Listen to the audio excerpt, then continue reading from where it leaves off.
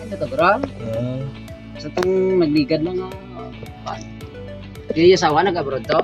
So mga kabayan, mga barangay, nakita kami ng aking pinsan dito, no? Ano to mga kabayan, Gumis. Di ba Gumis yun?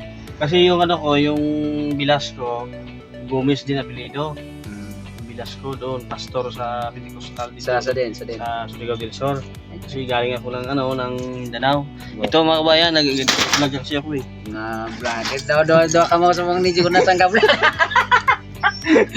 So, yun, ito yung binabiyahe niya pala to. Ito, di ba tiring mga kabayan, no? Automatic. Charger no? di charger. Chargeable mga kabayan. Ito yung yan, nakita kami dito sa sa main palay mga kabayan. Ito, ang ganda pa dito.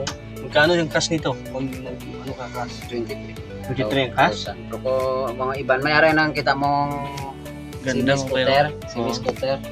Hanggang 40 na. Kasi Ayan. Pinakatao, ang to, ang laman, 3. Pwede kayo. Pwede din dito sa harapan. Tatlo. Kung papabrahan mo na di ba? Pwede na naapat. Dasun pabrahan mo na tapya. 23 ang cash ni 23. 23. Pwede ako kumuha nito kahit anong oras. Hindi, makapunta tayo doon sa sa bahay mo sana. Sunod, di tayo friend Facebook eh. May dalang sa wala. Natuto akong pa. Kita lang, Dahil ko lang, dati ko umis lang ginadang akong... kita lang to, kita na sa Ilian sa mga barkada ito. Abad ka ta, nyaga to, bisan wala lang galing Sudan. Okay lang. Ay na, ati, nakatayo lang ako tayo.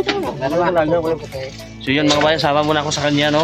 Dahil ngayon na kami, pinatatuloy ganun na hindi nakita. Mga siguro, may nasa 14 anyos na siguro. Dira-dira, yun maganda mga kabayan, no? Oops. Ayan mga kabayan, salamat no sa pagkakataong ito, no?